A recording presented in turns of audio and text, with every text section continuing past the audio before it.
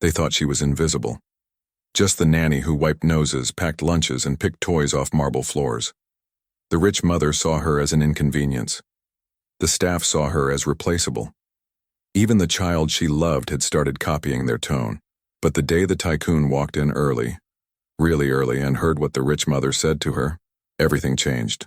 And the first question he asked shattered the entire house. "Who really raised my son?"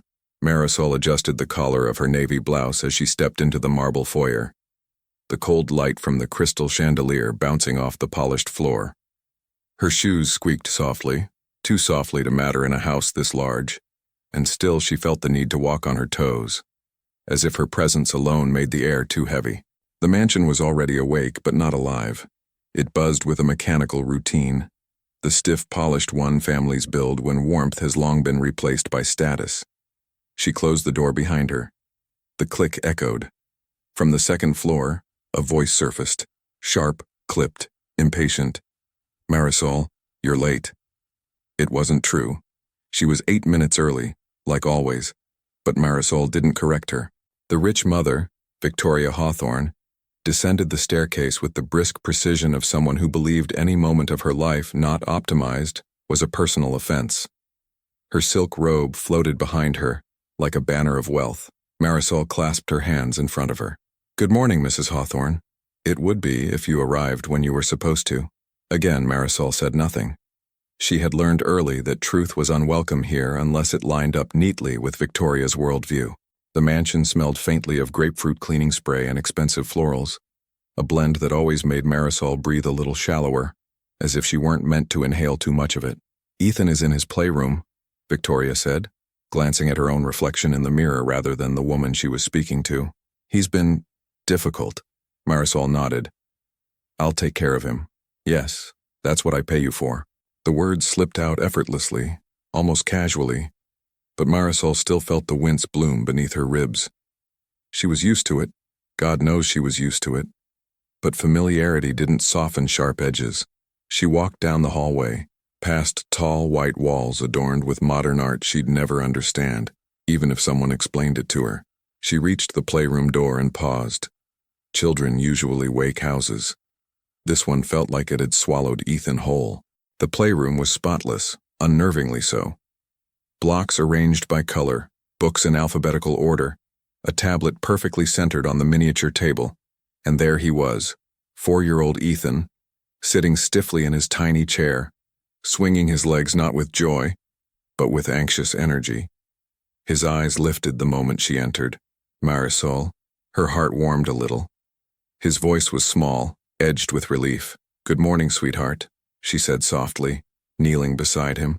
She smelled faint traces of strawberry shampoo and the lingering sadness he always tried to pretend wasn't there. He leaned into her immediately, a gesture he'd been taught not to do with the help, but still did when no one watched. "You okay?" she whispered. He nodded, but too quickly. The kind of nod children use when they're afraid the truth might make things worse. "What happened?" "Mommy said I was being dramatic." A small crack appeared in Marisol's chest. "Why?" "Because I wanted you." She closed her eyes briefly. The simplicity of his truth hit harder than any insult Victoria had thrown at her this week. "I'm here now," Marisol said. "I'm not going anywhere." She helped him tie his shoes, the act familiar enough to calm both of them. His tiny hand rested on her shoulder for balance, trusting and steady. "Marisol," he whispered, "are we going to the park today?" "We can," she said. "If your mom says it's okay." Ethan's face fell. "She won't." Marisol swallowed. "We'll find something fun here then." "Maybe," but the door flew open. Victoria stood there, arms folded. "A moment, Marisol." Ethan instantly stiffened. Marisol rose and followed Victoria into the hallway, leaving the door cracked just enough to hear Ethan's tiny breath hitch. Victoria looked her up and down, her lip curling slightly, as though Marisol's very existence brought disorder into the house. "I need to address something," Victoria began. "Ethan is becoming too attached." Marisol froze. "That kind of attachment," Victoria continued, "is not healthy. For him, or for us." Marisol held her hands behind her back to hide the tremble. "I care about him, ma'am. That's all." Victoria's laugh was sharp. Oh, I don't doubt that. In fact, I think you care a little too much. The hallway felt colder now. You are the nanny, Victoria said, leaning closer. Not the mother, not the family, not the priority. Do you understand? Marisol inhaled slowly. Yes, ma'am. I want you to stop hugging him. The breath Marisol drew in scraped painfully in her throat. Hugging is emotional indulgence, Victoria went on. And you're already overly affectionate with him. Marisol bit down on the instinct to defend herself. He's 4. That's irrelevant. It's not irrelevant to him. Victoria's eyes narrowed. I'm not asking, Marisol. I'm telling. Maintain professional distance, starting immediately. Marisol kept her spine straight even as her heart pulled downward. I understand, she whispered. Victoria's tone sharpened even further. And another thing. I heard your Spanish on the baby monitor yesterday. Marisol's stomach knotted. He likes when I read.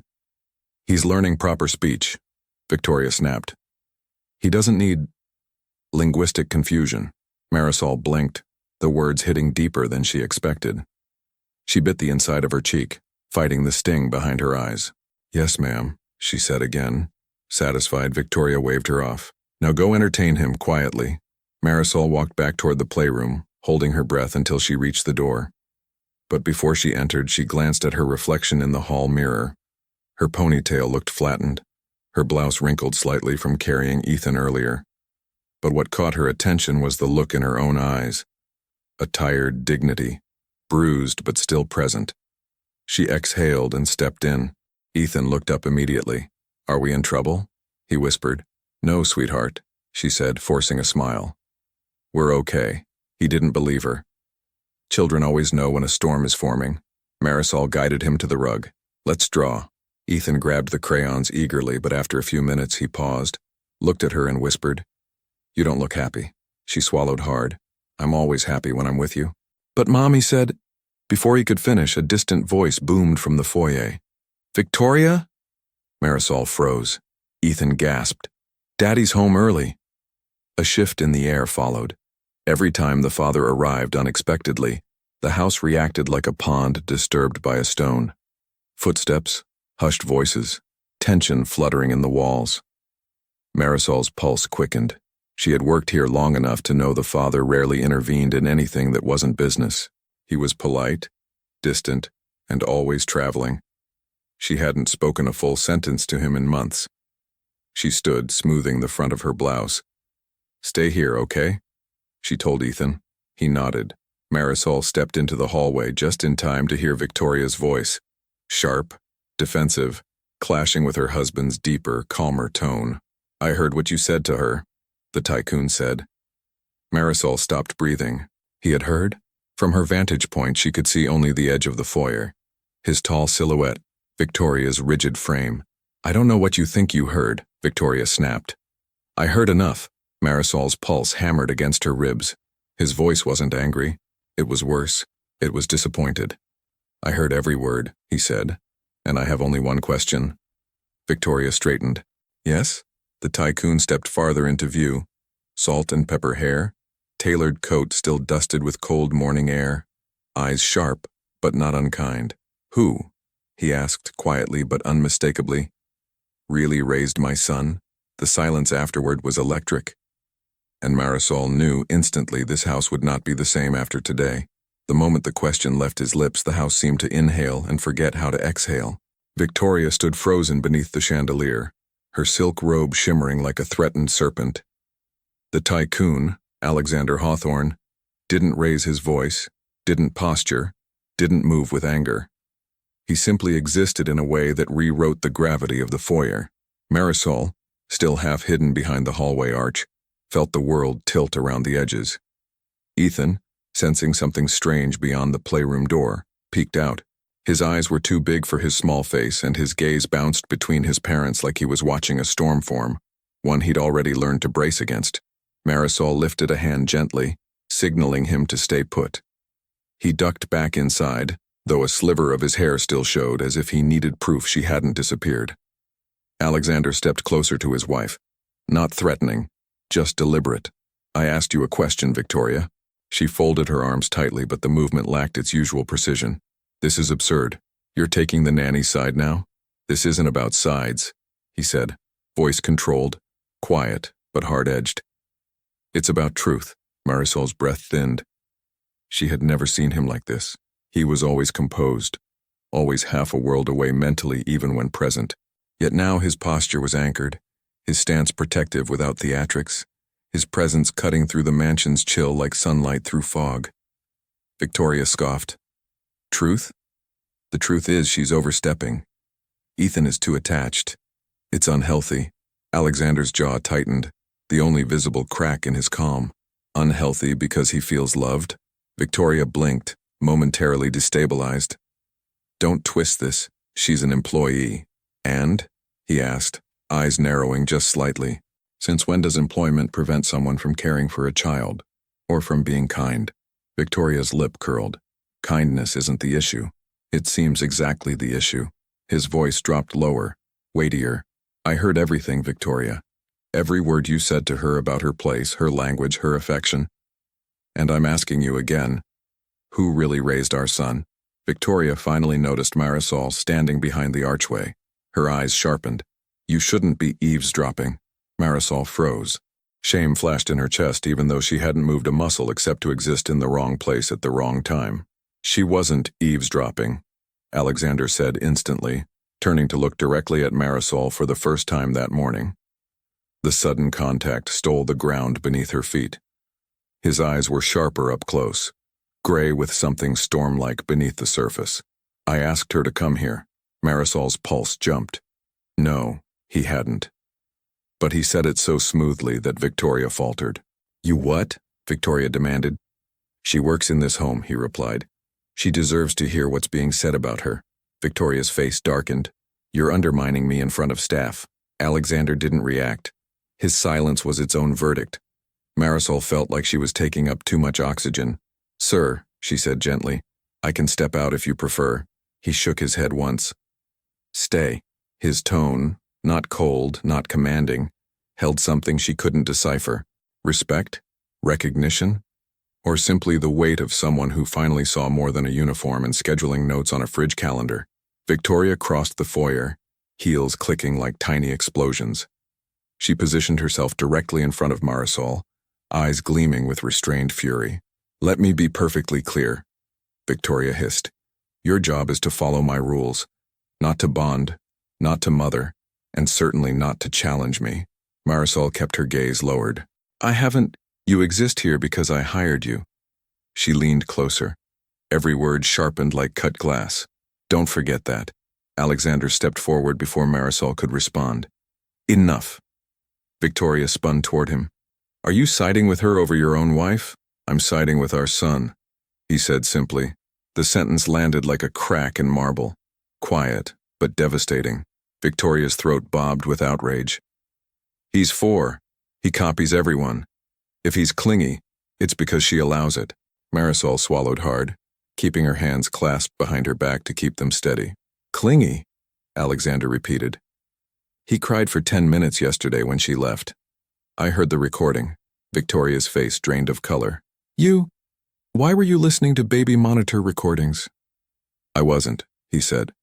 But one played automatically on the home system when I connected my phone audio. A glitch, maybe. I don't know. He took one step forward, but I heard him sobbing, and I heard her comforting him. Not you. Victoria blinked rapidly. You're judging me because I'm not warm enough for your standards? I'm judging what I saw, he murmured. What I keep seeing. Marisol felt the shift in the air, a spreading awareness, like something buried for years was finally being unearthed. She suddenly felt exposed, vulnerable, as if the truth of her place in the boy's life was being dragged into light she wasn't ready for. Victoria's voice sharpened. Are you saying she's doing a better job at raising Ethan than I am? Alexander didn't answer immediately. His eyes flicked to the staircase, the hallway, the family photos on the walls, portraits of smiling parents and a child who, beneath the perfectly styled hair, always looked slightly hollow. His voice came quieter. I'm saying we need to reevaluate what's actually happening in this house. Victoria clenched her fists. You're humiliating me. No, he said, turning toward Marisol again. I think you've been doing that to someone else. The words struck like a blow. Marisol stiffened. Her instinct was to shrink, to disappear, to apologize for conflict she never created. But Alexander's look wasn't harsh. It was acknowledging. For the first time in a long time, she wasn't invisible. Behind the playroom door, Ethan peeked out again. Just his small face, watching with quiet fear. Victoria noticed and snapped, "Ethan, go play." But the boy didn't move. His eyes were fixed on Marisol. Alexander saw it too. "Come here, buddy." The soft tone startled everyone. Ethan stepped into the hallway slowly, checking Marisol's expression as though needing her permission. She nodded gently, and he walked toward his father. Alexander crouched to his son's height. "Did you hear what Mommy said earlier?" Victoria stiffened. "Alexander, don't." He raised a hand, not to silence her, but to indicate this was important. Ethan nodded, small and hesitant. "And how did it make you feel?" he asked. Ethan's lip trembled. "Bad." Victoria inhaled sharply. "He's sensitive. He's honest," Alexander corrected. Ethan took a step closer to Marisol instinctively, like he always did when he felt unsafe. Victoria's face tightened, but Alexander didn't intervene. He let the movement speak for itself. Marisol knelt beside the boy, placing a soft hand on his back. "It's okay," she whispered. "You're okay." Alexander watched the interaction with an expression that flickered. Something thoughtful, something heavy. "We'll talk later," he told Victoria. Then he directed his gaze toward Marisol. "Can you take Ethan upstairs for a bit?" "Of course," she said softly. Ethan took her hand before she could even fully rise. She felt his small fingers wrap around hers, desperate and trusting. As they started up the stairs, his voice whispered, barely audible, "Don't leave me." "I'm not leaving," she murmured. Halfway up, she risked one glance back. Alexander stood in the foyer, shoulders tense, eyes lowered. Victoria stood opposite him, arms crossed, jaw clenched, rage simmering beneath the surface. Marisol turned away before Victoria noticed her looking. When she and Ethan reached the second floor, the mansion grew quieter, the kind of quiet that follows after something breaks. In Ethan's room, she settled him on the rug with his favorite plush rabbit. He held it loosely, not playing, just holding. "Is Daddy mad?" he whispered. Marisol hesitated, choosing her words with care. "He's trying to understand things." "Is Mommy mad?" She swallowed. "A little. Because of me?" "No, sweetheart." She reached out, brushing his hair gently. "Not because of you." He looked unconvinced. Footsteps echoed faintly downstairs, voices muffled, tense, rising, then falling. The kind of argument meant to be private but too sharp to remain contained. Ethan curled into her side, clutching her arm. "Stay with me," he pleaded. "I'm here," she said again. Minutes passed. The house breathed uneasily, the mansion's silence thickening like fog after rain. Something had shifted permanently, though Marisol didn't yet know which way the ground would break beneath her feet. Then, unexpectedly, the footsteps turned. They weren't arguing anymore.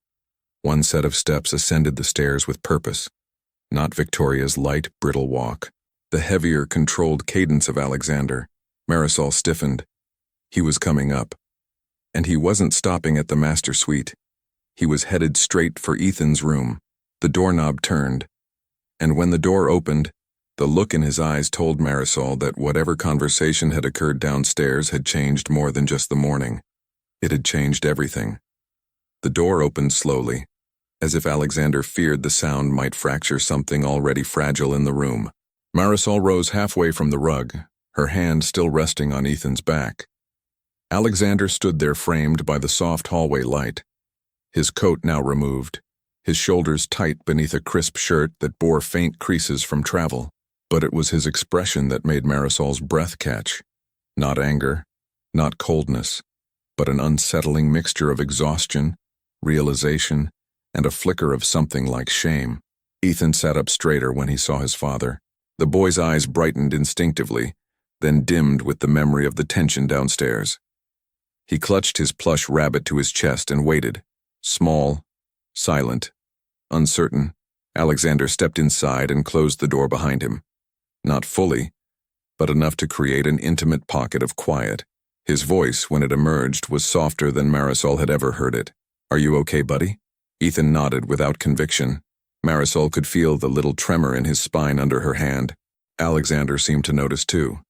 His gaze dropped briefly to the point where Ethan leaned into her, as though that single gesture answered every question he had been carrying. He crouched down beside his son, slow and careful. "You know you didn't do anything wrong, right?" Ethan hesitated.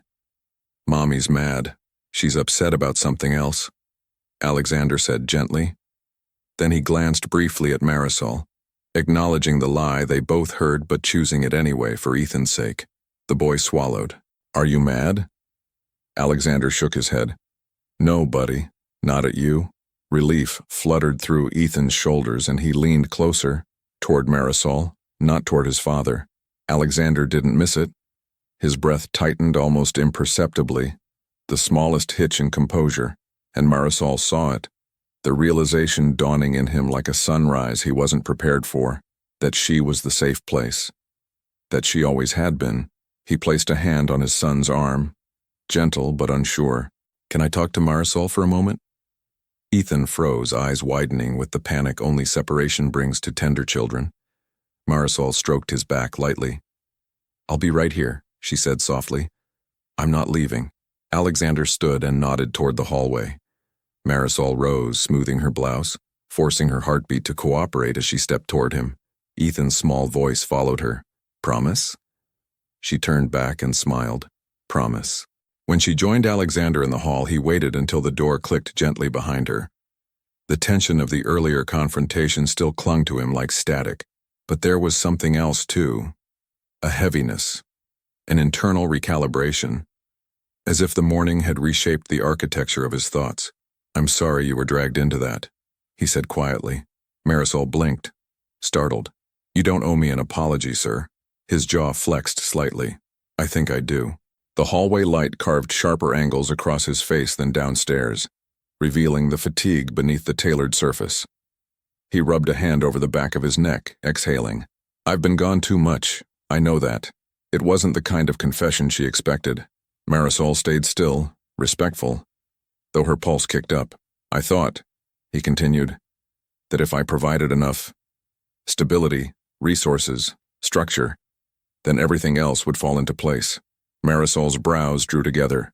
"Structure helps," she said, her voice careful.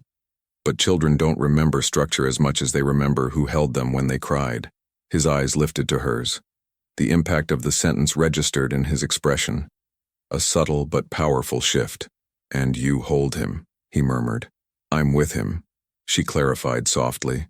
"Every day." Alexander looked away, almost ashamed. "I didn't realize how much."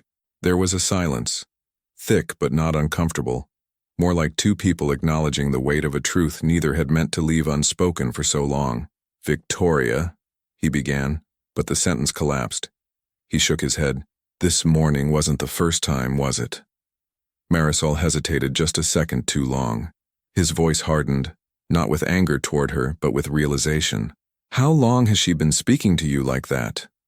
Marisol clasped her hands. "Sir, it's not my place. I'm making it your place," he said quietly but firmly. "Tell me." She lowered her gaze. "She's under a lot of pressure. I don't judge her." "That's not an answer." Marisol's throat tightened. She had survived years of small humiliations by swallowing them, not naming them. Naming them gave them power and often consequences. "She doesn't like when he gets attached. And he's attached to you." She didn't nod, didn't speak, but the truth pulsed in the quiet space between them. Alexander leaned against the banister slightly, like the weight of everything he had missed was pressing down. "I've been blind," he said. Marisol shook her head gently. "You're busy. That's not an excuse." His voice was low. "I didn't see what was happening under my own roof." Her instinct was to comfort him, but she didn't move. She kept her hands folded in front of her because crossing that invisible line, any line, felt dangerous now. Even with his kindness, he inhaled deeply, regaining steadiness. "I need to ask you something." Marisol's heart pressed harder against her ribs. "Yes, sir?" "When I walked in earlier, when Victoria said those things to you, You didn't defend yourself. His eyes narrowed slightly, not in judgment, but in search of understanding. Why? Her breath caught. She wasn't prepared for the question. She wasn't prepared for being seen. I didn't want to make things worse, she whispered. For her? For Ethan? Alexander closed his eyes briefly, as if the truth of that carved deeper than anything else today. You protect him, he said. He's just a little boy, she replied softly. He shouldn't feel afraid in his own house. His eyes opened, and this time they held something intense, something sharp, something awakening. Do you realize, he said slowly, that every time he feels scared he calls for you? Her breath hitched. He calls for whoever makes him feel safe, and that's not his mother or his father. Alexander finished. The truth hung between them, shimmering with both tenderness and tragedy. He stepped closer, just enough that she could feel the shift in air pressure, not enough to be inappropriate. Marisol, he said, voice quiet, deep, cutting through her defenses with disarming sincerity. My son loves you, she swallowed hard. He cares for me, yes. No, Alexander said. He loves you. You are his comfort, his anchor, his... He stopped himself, realizing how dangerous the next word would be. She shook her head gently. I don't try to replace anyone. I just try to be there for him. And you are, he murmured. A sudden crash echoed faintly downstairs, a slammed door, sharp and jolting. Victoria's voice rose in angry fragments. The moment between them broke. Alexander straightened, the emotional rawness shuddering behind practiced composure. I need to handle that, he said, though his tone carried none of the certainty it once did. Marisol nodded, stepping back to re-establish boundaries. Of course. Before turning away, he paused. Thank you, he said softly. For what? For raising my son. The sentence hit her so intensely she had to glance down to regain balance. But when she looked up, he was already walking toward the staircase, shoulders squared but weighted, descending into whatever confrontation awaited him below. Marisol slipped back into the bedroom. Ethan looked up immediately. Are you leaving? He asked, voice small. She knelt beside him again and wrapped an arm around him. Careful, gentle, but unable to deny the comfort he craved. No, she whispered. I'm right here. He buried his face in her shoulder, and as the sounds of muffled arguing drifted from downstairs, sharp words, rising tempers, a marriage cracking open, Marisol held the little boy close, unaware that the conversation in the hallway had set something irreversible into motion. Something that would change the course of all their lives. Downstairs a decision is forming. One that will drag Marisol into the center of the family's unraveling. The argument downstairs didn't explode. It smoldered. The sound rose through the floor like heat from a furnace. A low, jagged hum that never settled into words. Only impact. In Ethan's room, the walls seemed to hold their breath. Marisol sat against the headboard with the boy pressed to her side, feeling the quick flutter of his heartbeat through his pajamas, each vibration syncing with the muffled rise and fall of his parents' voices below. Pale light filtered through the curtains, washing the toys and neatly stacked books in a soft glow that didn't match the heavy air. This room was supposed to be a safe planet in the universe of the house, a place of plush animals and bedtime stories. Today it felt too close to the fault line. Every raised voice from downstairs made the floor feel thinner beneath them, as if the whole structure were suddenly less certain. Are they fighting because of me? Ethan whispered. He didn't look at her when he asked. His eyes stayed glued to the door like it might burst open at any second. Marisol smoothed his hair with slow, deliberate strokes. No, sweetheart. Grown-ups make their own choices. The answer left a dull aftertaste in her mouth. He had already learned to read tension the way other children read picture books, and she hated that he could hear when his name was the punctuation in their sentences. Mommy said I'm too dramatic, he murmured, hugging his rabbit so hard the stuffing bunched in the middle. She said I cry for nothing. The words cut through her with quiet precision. You don't cry for nothing, Marisol said softly. You cry because something hurts. That matters. Ethan frowned like the idea was foreign, then shifted closer to her, small body pressing into her side as if he were trying to merge with the safest surface available. A sharper burst of sound rose from below, Victoria's voice climbing, sharp and bright like glass. Alexander's reply came lower, compressed. the tone of a man trying hard not to let anger decide his next move.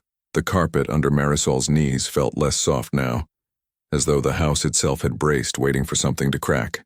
"You know what always happens when they fight?" Ethan asked after a moment, his voice a frayed thread.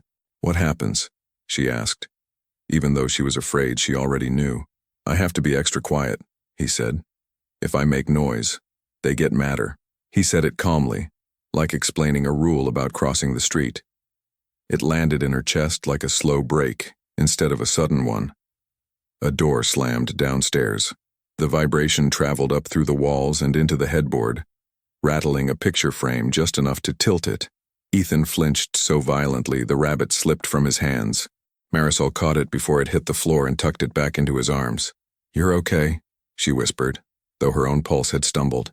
"Do you want to draw for a while?" she asked, desperate to anchor him to something simple. "We could make a rocket, or a dragon, or a huge park where no one ever has to be quiet." He shook his head, curls brushing her arm. "I just want it to stop," he said. The simplicity of his wish hollowed her out.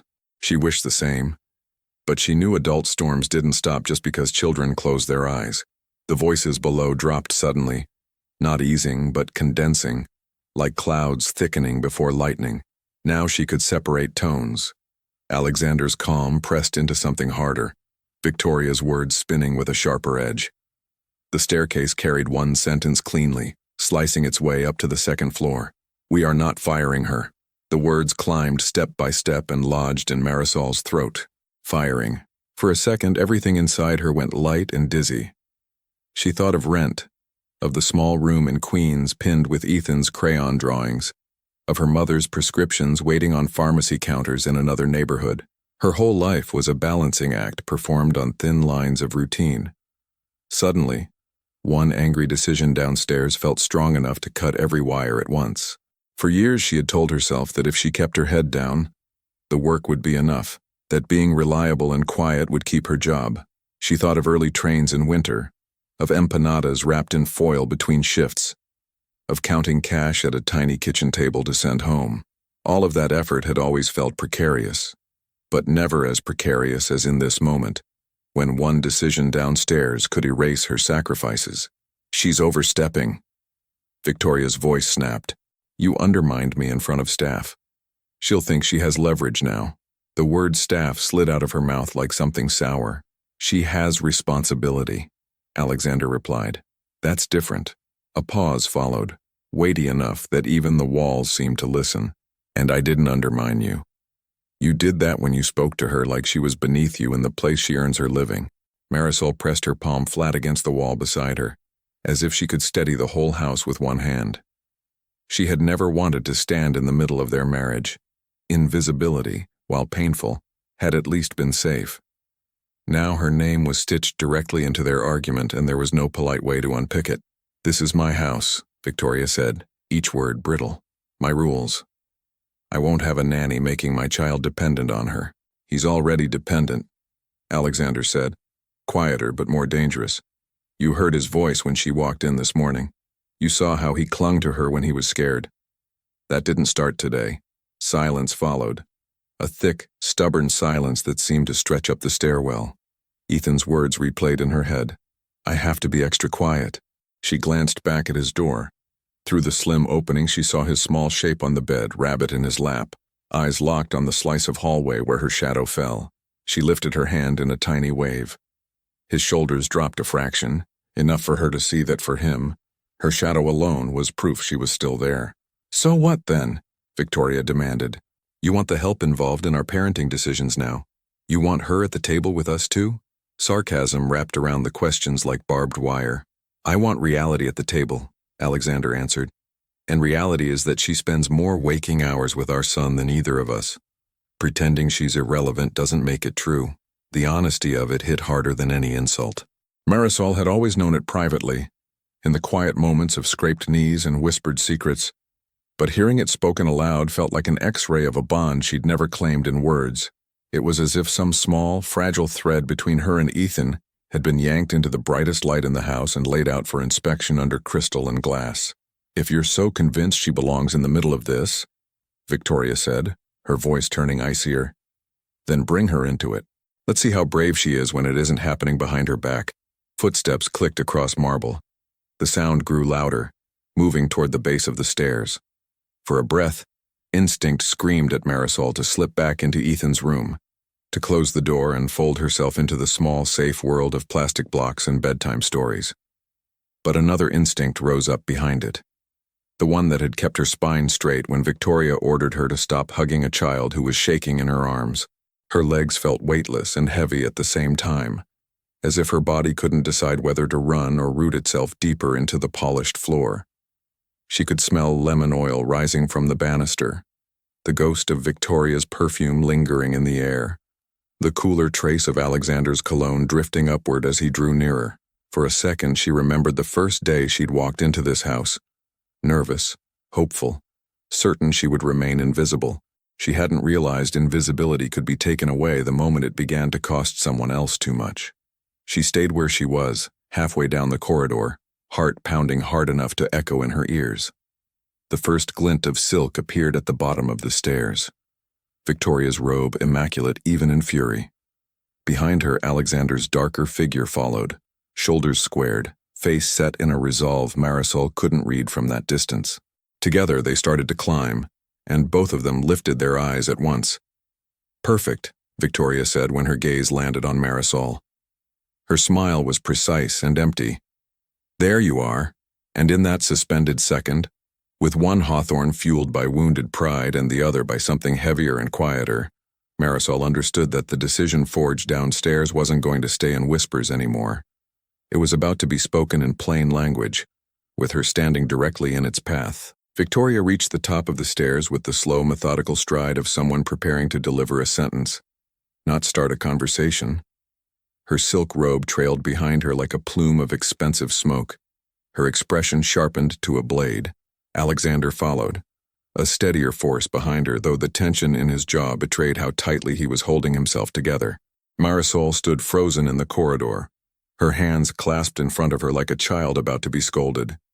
Even though nothing today had been her doing, Victoria arrived first.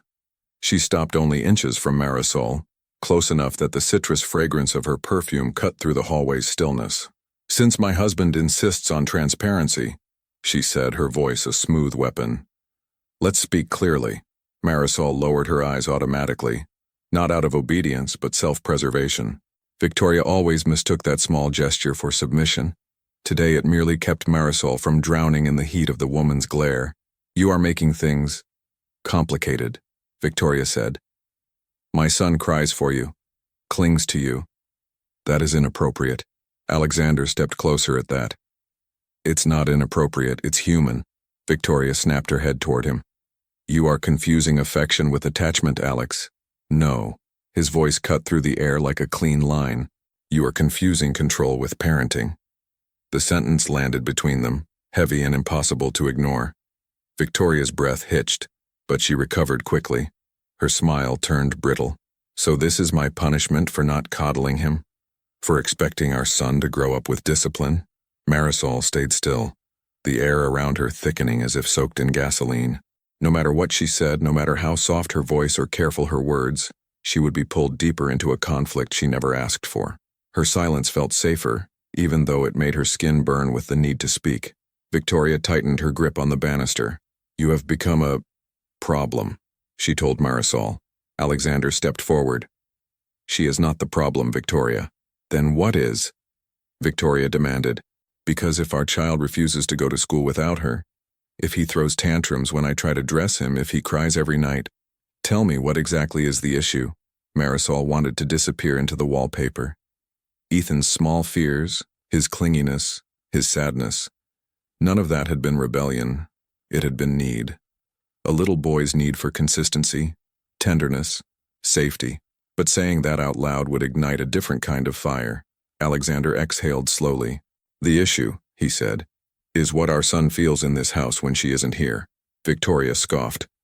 "Are you implying I make him feel unsafe?" Alexander didn't answer directly. Instead, he turned slightly toward Marisol. "Tell her," he said quietly. "Tell her what Ethan has said to you when we're not around." Marisol froze.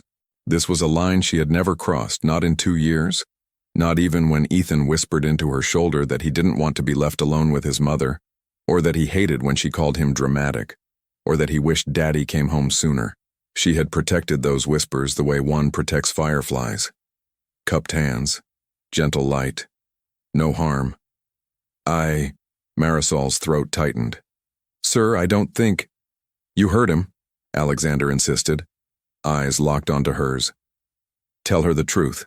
Victoria's gaze drilled into her. Yes, Marisol, do tell. Silence expanded like a living thing. Marisol felt pressed between their expectations like a thin sheet of paper caught between two stones. She inhaled gently, enough to steady her voice. Ethan he gets scared, she whispered. Sometimes. Victoria blinked. Scared? Of what? The dark? Bedtime? Monsters? Her tone dripped sarcasm. No, Marisol said softly. Scared of disappointing you. The words landed harder than she meant them to. Victoria's mouth parted slightly, not from guilt but disbelief, as if the concept itself offended her.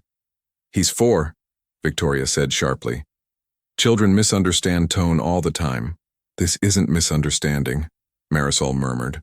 Victoria leaned in. And now you're a child psychologist? Enough, Alexander said again, the command gentler this time, protective even. Stop attacking her. Victoria laughed under her breath. Protecting her, are we? I'm protecting the truth. And where does that end, Alex? Victoria shot back. You want her to raise him? Is that it? The hallway tightened. Marisol felt Alexander stiffen behind her, a tension she wasn't meant to see, but she saw it anyway. Victoria's eyes narrowed. This is absurd. She is his caretaker, nothing more. Alexander's reply was quiet but devastating. He treats her like home, the word echoed. Home. Victoria recoiled slightly, anger giving way to something rawer. Fear, perhaps, or the slow realization that she had lost influence she didn't know was slipping. She is staff, Victoria whispered, and she's the only person he stops crying for, Alexander replied. Tell me how that doesn't matter. A long silence followed. Marisol felt her heart pounding harder, not from pride or validation, but dread. This was not how she wanted to matter. Not like a match dropped into kindling. She needs to go, Victoria said suddenly. Today. The floor dropped beneath Marisol. Her breath caught in a small, painful gasp. She didn't move, didn't blink, but her world spun with brutal clarity. Ethan would wake tomorrow asking for her. She would not be there. The thought sliced deeper than any personal loss. It was the image of his small face crumpling in confusion that shattered her. Alexander turned toward his wife, disbelief widening his eyes. What? You heard me. She is destabilizing this household. Destabilizing? He repeated. Or revealing what's been wrong all along. Victoria glared. You're choosing her over me. I'm choosing our son, he replied. And what does that make me? Victoria asked, voice shaking now with something more than anger. Alexander hesitated, too long for comfort. It makes you someone who needs to listen, he said finally. And change. The words hit Victoria like a physical blow. She staggered a half step back, gripping the banister to steady herself. In that small wobble, barely noticeable, you could see the truth. She wasn't angry because of Marisol.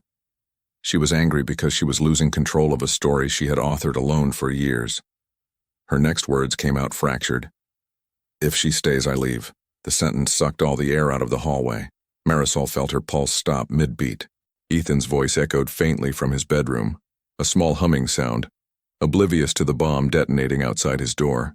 Alexander stared at his wife. Don't do that. I mean it, Victoria said.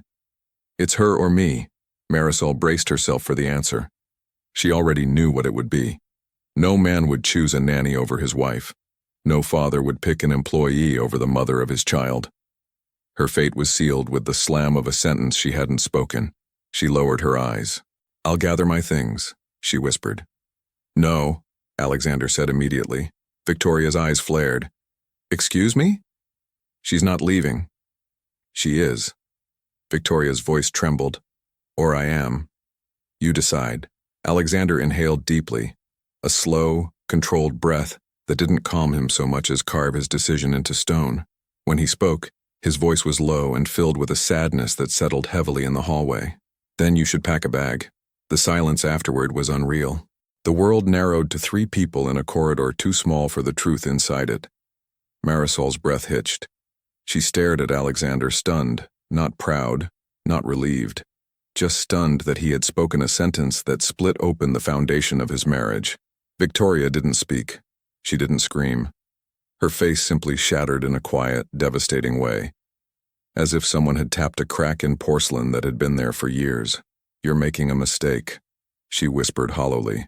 "Maybe," Alexander said, "but not the one you think." Victoria turned and walked past him, down the stairs, each step slower than the last. She didn't look back. The house swallowed her footsteps whole. Alexander exhaled shakily, eyes closing for a moment before he looked at Marisol again. His expression wasn't victorious. It wasn't angry. It was tired and honest and haunted by everything that had just happened. "I'm sorry," he said softly. Marisol couldn't speak. "She will calm down," he said, "and we will figure this out, but I won't let you disappear from Ethan's life. I won't let him lose the only sense of safety he has." Her voice came out barely audible. "Sir, this isn't my place." He shook his head. "It became your place the day he chose you." She felt her heart twist painfully. Down the hall, Ethan called in a soft tremor. "Marisol?" She turned toward the sound instantly. Alexander stepped back. "He needs you." And as she opened the door to the boy's room, his small figure running into her arms before she could even kneel, Marisol felt something both terrifying and luminous settle inside her. Something that felt like responsibility. Something that felt like being chosen. Something that felt like the beginning of a storm she wasn't sure she could survive, but also the beginning of the truth finally being spoken aloud. Victoria is gone, but the fallout of that choice is about to reshape everything Marisol thought she understood. The house felt unnaturally quiet after Victoria's footsteps vanished down the stairs. Quiet in the way a forest feels after something large has just crashed through it. Not peaceful, not settled, just stunned. Marisol held Ethan against her chest, his small hands wrapped in the fabric of her blouse, as though he feared she might dissolve if he loosened his grip. She brushed her palm over his back in slow circles, grounding him, grounding herself. Her own pulse hadn't recovered. She wasn't sure it ever would. Down the hall, Alexander lingered near the staircase. The silence around him was heavier than the argument had been. He stood with one hand on the banister, head bowed, as if replaying a decision he couldn't undo. When he finally lifted his gaze toward Ethan's doorway, his shoulders straightened, a man stepping into the consequences he had chosen. Marisol felt his presence before she saw him enter. Ethan turned his head, noticing too. The boy's face was still flushed from crying, but he loosened his grip just enough to look up. "Daddy?" he whispered. Alexander approached slowly, each step careful. He crouched beside them. "Hey, buddy." His voice was remarkably soft, considering the thunder that had just ripped through the house minutes earlier. Ethan clung to Marisol's sleeve. Mommy yelled. "I know," Alexander said, exhaling. "Mommy's upset, but it's not your fault." The boy frowned. "Is she mad at me?" "No," Alexander murmured. "She's frustrated with grown-up things." It was a fragile explanation, one that didn't satisfy anyone in the room. But Ethan nodded, leaning back into Marisol's shoulder with the blind trust of a child who just needed someone steady to hold on to.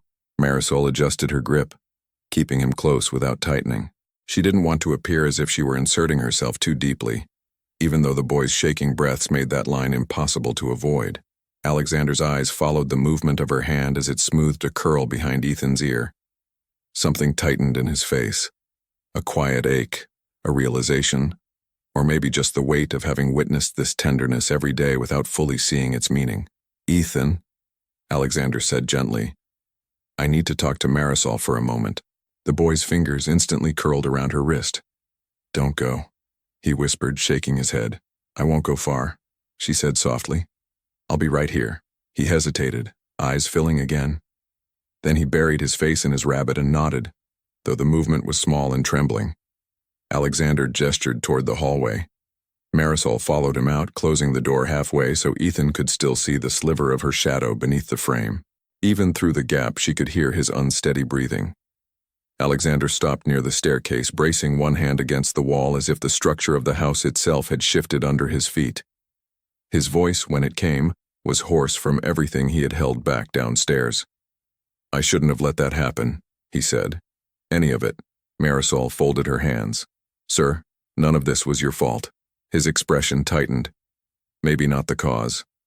But the reaction, the escalation, that was mine." He dragged a hand through his hair. "I didn't handle it the right way." She searched his face, trying to determine whether he was apologizing for his words or for choosing her over his wife. "You protected Ethan," she said. "That's the right way." He let out a soft, disbelieving breath. "I protected you too." Marisol lowered her eyes. The hallway light painted a warm glow across the wooden floor, but the tension between them made the air feel cold. "I don't want to come between you and your wife," she whispered. "You didn't." His response came instantly, too quick to be rehearsed. "Victoria and I have been breaking for a long time. Today just made it obvious." She swallowed. The idea felt like holding something fragile and dangerous at once, something she wasn't meant to touch. "She said she would leave," Marisol murmured. "Yes." The word sat heavy on his tongue. "And she will. At least for a while. Because of me." "Because of us," he corrected. "Because of everything we ignored for too long." For the first time, Marisol met his eyes directly. The look he gave her wasn't romantic or sudden or impulsive. It was raw, honest. A man seeing the truth of his life through a lens he hadn't dared examine until now. "You're not fired," he said quietly. "You're not going anywhere." She nodded, relieved and terrified in equal measure. "But she might not forgive you." He exhaled. "I'm not sure forgiveness is the point anymore." The sentence stretched between them, delicate as thread, heavy as stone. A crash sounded downstairs, something falling, then the muffled slam of the front door. Victoria leaving. The house shuddered softly, or maybe it was just Marisol's heartbeat echoing in her ears. They both froze. "It's better if you stay with Ethan," Alexander said. "He shouldn't hear the door." "Not like that," Marisol agreed, but lingered a moment longer. "Sir?" she whispered. "I'm grateful for your support, but I don't want this to make things worse for you." His gaze softened, almost unexpectedly. "Things were already worse," he said. "You didn't create the cracks. You're the one who keeps them from swallowing him." She didn't know how to respond. All she could do was nod, swallow, breathe. When they stepped back into the room, Ethan immediately sat up straighter. "She's gone?" he asked. The tremor in his voice almost undid her. Marisol approached and knelt. "She stepped out for a bit. For a long bit," he whispered. She couldn't lie. Not to him. "I don't know." Ethan's lower lip wobbled. "Did I make her leave?" Alexander sat beside him on the bed. "No, buddy. Grown-ups have problems sometimes. It's not about you." Ethan didn't look convinced. He tucked himself back against Marisol's shoulder, small hands gripping her shirt as if holding her kept the rest of the world from falling apart. Marisol wrapped an arm around him, eyes stinging. She could feel Alexander watching them, not with jealousy or resentment, but with a kind of reverent bewilderment, as if he were witnessing a truth he couldn't unsee. This was the connection he had missed, the warmth he had miscalculated, the attachment he had misread. After a while, he stood. "I'll cancel my meetings," he said quietly. "There's no way I'm leaving him today." Ethan peeked up. "Can we stay with Marisol? Together?" The question rippled through the room, delicate and devastating. Alexander gave a slow nod. "Yes," he said. "We can." For a long stretch of time, the three of them remained in that quiet cocoon, Ethan nestled between the two adults who had just collided in ways none of them fully understood. The mansion outside the door felt different, like the architecture had shifted to accommodate a new truth. Eventually, Ethan fell asleep against Marisol's arm, his breathing soft and rhythmic. She adjusted him gently onto the bed, tucking his rabbit beside him. Alexander watched her as she moved, every gesture careful, tender, instinctive. When she finally stood, he did too, meeting her in the stillness of the dim room. "You have changed him," he said quietly, "in ways I didn't see before." Marisol shook her head gently. "He just needed someone to listen." "You listened," he said. "You always listened." A quiet hum settled between them. Not romantic, not forbidden, not yet. Just two people standing on the edge of something they hadn't named. "Sir," she whispered. "What happens now?" Alexander looked at his sleeping son, then back at her. "Everything changes," he said. "But not tonight. Tonight we let him rest." She nodded, fingers twisting at her side. "And you rest too," he added. "You've had an impossible morning." He stepped toward the door but paused. "Marisol," he said, voice softer than she'd ever heard it. "We'll figure this out. All of it." Then he left the room, leaving the door half open. The same way Ethan liked it. The same way hope sneaks into quiet places. Marisol sat in the armchair by the window, watching the little boy sleep, feeling the weight of the day settle on her shoulders. She didn't know what tomorrow would bring. She didn't know how the world downstairs would rearrange itself, but she knew one thing with painful clarity. She wasn't just part of the story anymore. She was at the center of it. Tomorrow the consequences arrive. From family, from reputation, from the world outside the mansion's walls. Morning didn't arrive with gentle light. It arrived with a hollow kind of quiet. By the time the winter sun pushed through the clouds over the Hawthorne estate, the house was already rearranged around an absence. No perfume in the hallway. No clipped heels on marble. Mrs. Hawthorne had left with the black suitcase, the one no one used for weekend trips. In her small room above the kitchen, Marisol sat on the edge of her narrow bed, hands clasped so tightly her knuckles ached. Sleep had grazed her, but never settled. Every time she closed her eyes, she heard it again. "Then you should pack a bag." The sentence had landed like a verdict on a life she'd only ever rented space in. In the mirror, she saw the same navy blouse, the same bun, the same faint shadows. Only her eyes looked different. Steadier, as if that one question, "Who really raised my son?" had refused to leave. She drew in a breath that felt too big for the room and stepped into the hallway. The kitchen was bright with late morning light. Marta moved between stove and counter with practiced ease, but her eyes flicked immediately to the doorway when Marisol entered. "You're early," she said quietly. "I couldn't sleep," Marisol replied. "Mrs. Hawthorne left last night." Marta murmured. "Car at 11, no goodbyes." Marisol's chest tightened. "I figured." She took the black suitcase, Marta added. They let the meaning of that sit between them, heavier than the cast-iron pans. "Mr. Hawthorne asked for you," Marta said after a moment. "Breakfast room, with the boy." The word steadied and unsettled her at once. Marisol wiped hands that weren't dirty on a towel, smoothed the front of her blouse twice, and walked down the long corridor toward the glass-walled room that always felt too clean for real mornings. The breakfast room overlooked the winter garden, all bare branches and pale light. Alexander sat at the table in shirt sleeves, tie loosened, a laptop open but dark beside a cooling mug of coffee. He wasn't reading. He was watching his son. Ethan sat across from him in pajamas, cereal going soft in milk, cheeks still swollen from last night's tears. He saw her first. "Marisol," he breathed, relief breaking over his face like dawn. She couldn't help the softness that answered. "Buenos dias, mi cielo."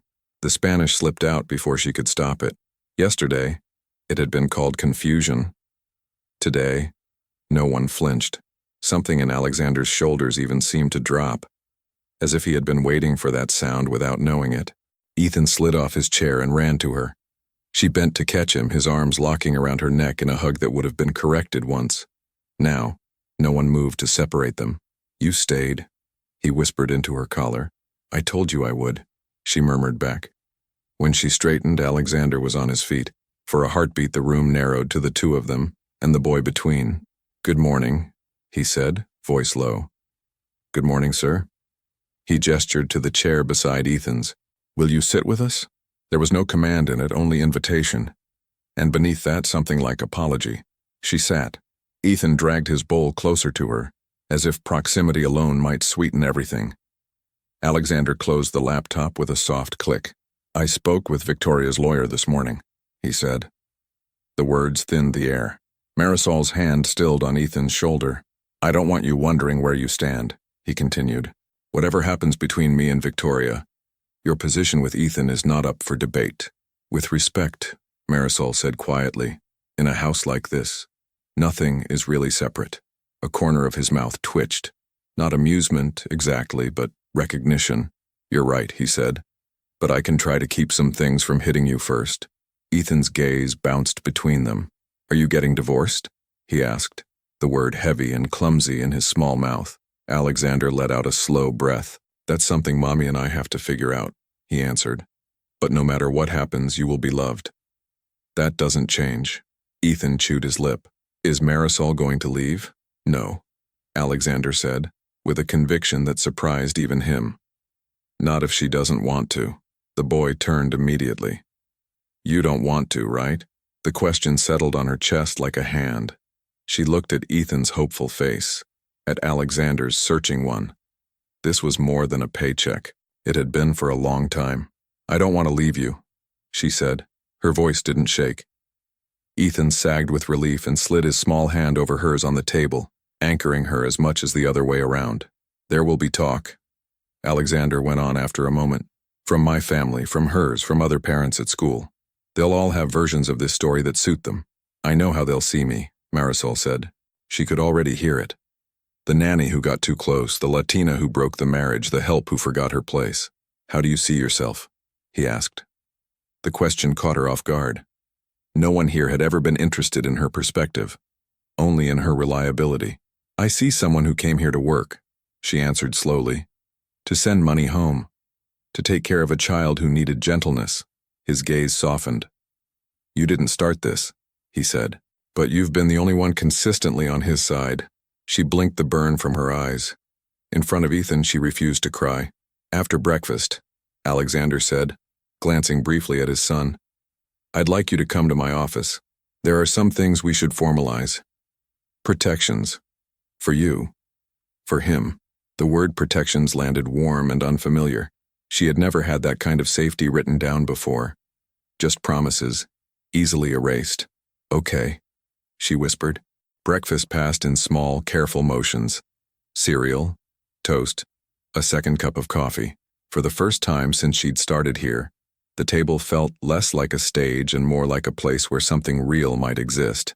Later, in Alexander's office, daylight fell across rows of books and framed degrees. He sat behind the desk, leaned forward, forearms resting on the polished wood. I've spoken to HR and legal, he said, sliding a folder toward her. This updates your contract, salary, benefits, and a clause that means you can't be dismissed without my direct approval. Her hands hovered before taking the folder. Sir, this is a lot. It's overdue, he replied. For what you do, for who you are to him. Why are you doing this? She asked, fingers resting on the folder. He held her eyes. Because yesterday you absorbed every blow to keep him from feeling one more. Because I've watched you raise my son while I convinced myself wiring money and signing forms was enough. His voice dropped.